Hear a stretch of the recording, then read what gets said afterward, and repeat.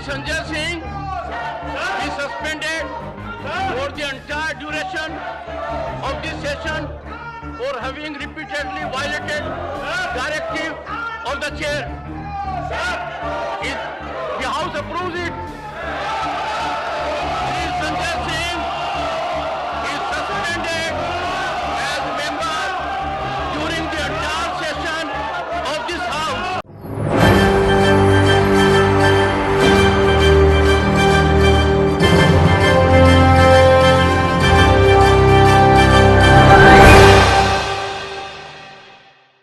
संजय सिंह को निष्कासित कर दिया गया, निलंबित कर दिया गया है संजय सिंह को, क्योंकि वो सवाल पूछ रहे थे मणिपुर के मुद्दे पर और सरकार को पसंद नहीं आया।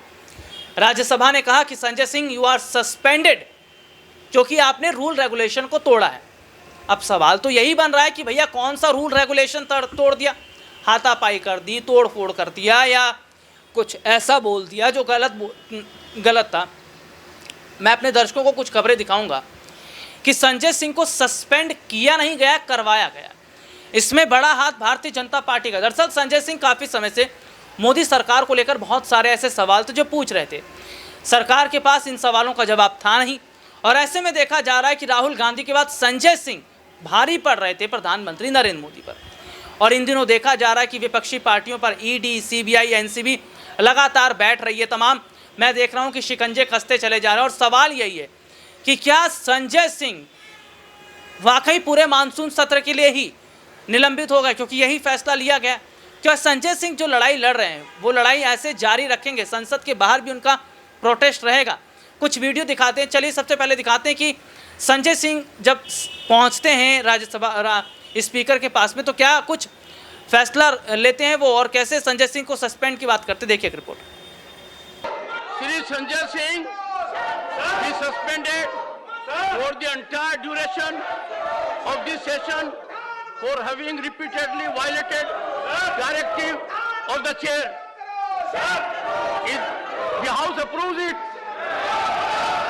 Shri Sanjay Singh is suspended as member during the entire session of this House.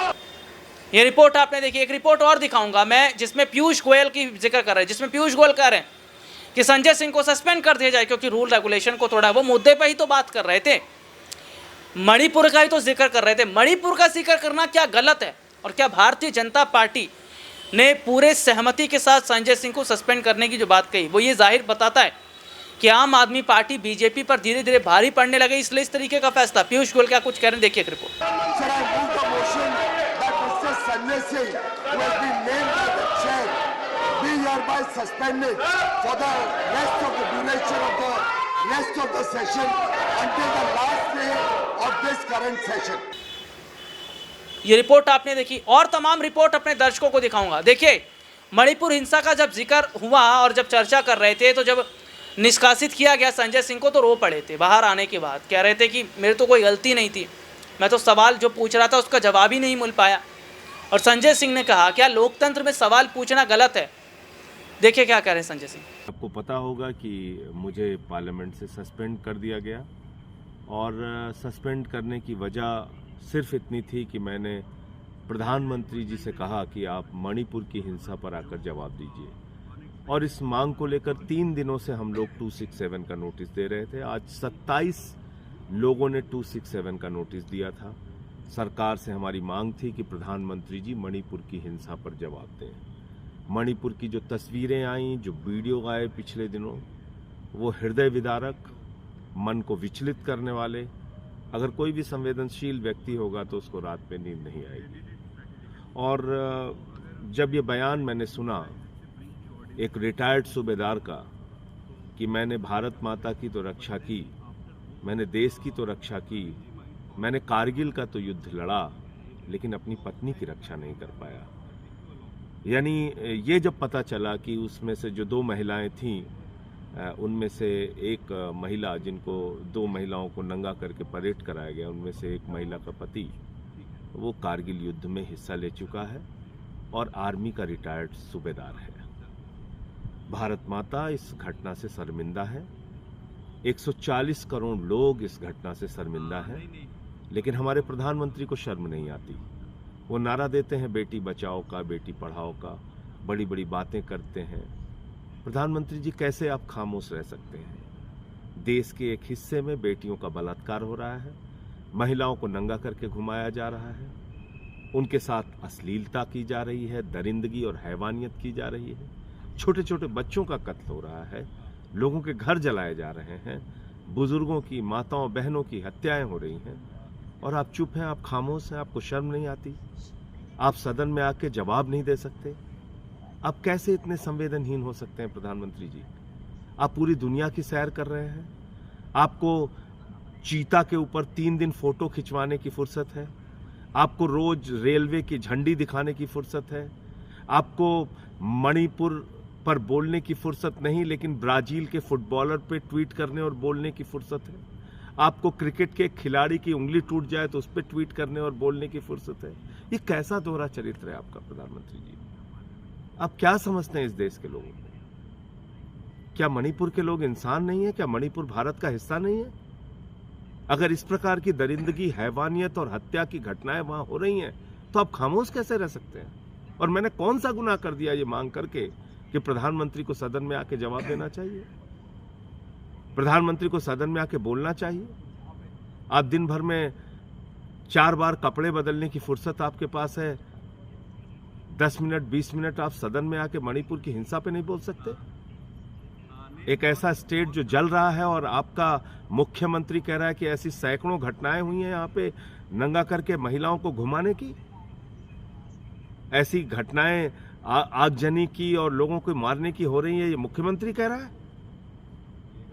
तो मैं सबसे एक ही अपील करना चाहता हूं, अगर जरा सी भी संवेदना है आपके अंदर, जिस तरह से भी विरोध कर सकते हैं, मणिपुर हिंसा का विरोध कीजिए, मणिपुर की दरिंदगी और हैवानियत का विरोध कीजिए। कारगिल का वो योद्धा, वो रिटायर्ड सूबेदार आपसे सवाल कर रहा है, पूछ रहा है कि मैंने तो भारत माता की रक्षा के लिए कारगिल के युद्ध में हिस्सा लिया, देश की रक्षा कर ली, अपने पत्नी की रक्षा नहीं कर पाई। आज आप सबकी जिम्मेदारी है उस कारगिल के योद्धा की पत्नी की आवाज उठाने की। आज आप सबकी जिम्मेदारी है मणिपुर की बेटियों की, वहां के बुजुर्गों की, वहां के माताओं बहनों की, वहां के बच्चों की आवाज उठाने की। आप सबकी जिम्मेदारी है जो वहां चर्च जलाए जा रहे हैं, मंदिर तोड़े जा रहे हैं, उन मुद्दों को उठाने की। आइए हम सब मिलकर मणिपुर की हिंसा के खिलाफ अपनी आवाज बुलंद करें। जय हिंद। रिपोर्ट आपने देखी, एक रिपोर्ट और दिखाऊंगा जिसमें कांग्रेस की प्रवक्ता सुप्रिया सुनीत भी कैसे मोदी सरकार को जमकर घेर रही हैं, और वो कह रही हैं कि मोदी जी थोड़ी तो शर्म है, अगर तो मणिपुर का दौरा तो करके आइए, वहाँ पर लोगों के हालात कैसे हैं, क्या कुछ कह रही हैं सुप्रिया सुनीत, देखिए रिपोर्ट। देश की आत्मा को उस क्रूरता ने, उस बर्बरता ने झकझोर कर रख दिया था। लोग सोचने पर मजबूर थे कि एक अकेली लड़की के साथ वो 5 दरिंदे हैवानियत उस तरह की कैसे कर सकते हैं। देश उद्वेलित था, मीडिया सवाल पूछता था, लोग सड़कों पर थे। पर इस देश के प्रधानमंत्री ने 36 सेकंड बात नहीं करी थी निर्भया पर, या निर्भया पर बात करते हुए सीधा भाजपा शासित प्रदेशों पर नहीं चले गए थे। इस देश के प्रधानमंत्री ने शोक संतप्त देश को एड्रेस किया था, राष्ट्र के नाम संदेश दिया था, और उस संदेश में कहा था कि आपका शोक, आपका गुस्सा वाजिब है और वो होना भी चाहिए, और 3 बेटियों के पिता होने के नाते मैं आपका शोक समझता हूं। उन्होंने निर्भया के लिए और उसके परिवार के लिए प्रार्थना की अपील की थी।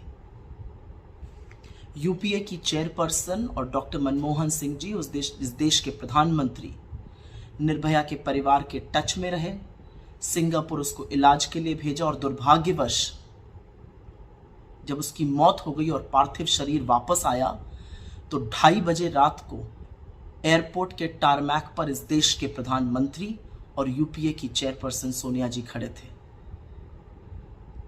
एक और बात है, निर्भया के भाई को पढ़ाया, पायलट बनाया, और आज वो अपने पैरों पर खड़ा है। ये काम राहुल गांधी जी ने किया, बिना इसकी चर्चा किए, बिना इंफॉर्मेशन लीक किए, बिना मीडिया में इसको धीमे से बताए।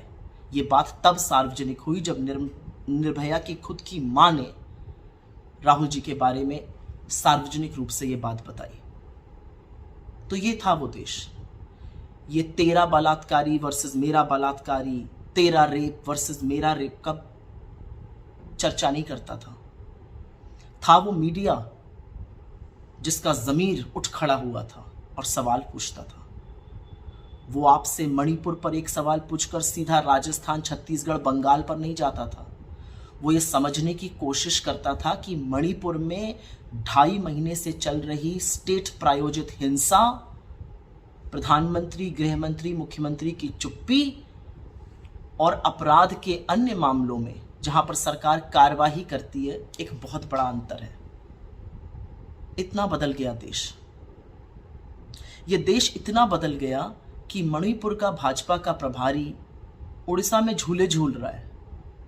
ये देश इतना बदल गया कि महिला आयोग तो 38 दिन तक इस कंप्लेन पर बैठा ही रहा, उसकी सदस्यता नाच नाच कर रील बना रही है। ये देश इतना बदल गया कि इस देश का प्रधानमंत्री 2.5 महीने तक मणिपुर का नाम नहीं लेता, जब लेता है तो 36 सेकंड बोलता है और उसके कुछ ही घंटों बाद मुकेश के गानों में खो जाता है। नीरो वाकई में आज भी बांसुरी बजा रहा है। इतना बदल गया मेरा देश। ये देश इतना बदल गया कि जब वो भयावह वीडियो सामने आता है, उसी दिन 2 और महिलाओं का सामूहिक बलात्कार और हत्या होती है, और तब भी भाजपा के लोग, सरकार के लोग दूसरे राज्यों पर चर्चा करना चाहते हैं। ये देश इतना बदल गया कि सदन सत्र में है, पार्लियामेंट सत्र में है, और देश का प्रधानमंत्री भागा भागा फिर रहा है कि कहीं उसको सदन में बोलना ना पड़ जाए। रिपोर्ट आपने देखी, और अब मैं चाहूंगा जनता इस मुद्दे पर अपनी बात रखे। क्या देश में लोकतंत्र वाकई खतरे में नहीं है? क्या देश में लोकतंत्र वाकई बचा ही नहीं है? क्योंकि जो तस्वीरें इस वक्त हम देख रहे हैं ना, वो जाहिर तौर पर बता रही है कि देश में लोकतंत्र का खतरे में नज़र आना, देश में लोकतंत्र जैसा कुछ नज़र नहीं आना, राजतंत्र जैसा कुछ नज़र नहीं आना, ये जाहिर तौर पर बताता है ना कि किस तरीके के हालात इस वक्त हैं, किस तरीके की स्थितियाँ इस वक्त हैं। तो कहीं ना कहीं अगर मैं बात करूँ तो जो हालात इस वक्त के बन रहे वो ये जाहिर तौर पर नहीं बताते कि शायद अब संजय सिंह को दोबारा सदन में लाने की बात कही जा रही है, क्योंकि जो प्रस्ताव लाया गया वो प्रस्ताव ठीक नहीं था। तो क्या बड़ा फैसला अब सभापति लेते नजर आएंगे, और संजय सिंह की अगर एंट्री हो जाती है सभा में तो क्या तमाम बड़े खुलासे फिर वो करेंगे? आज के लिए इतना ही। आपसे फिर दोबारा मुलाकात होगी, तब तक के लिए इजाज़त दीजिए। नमस्कार।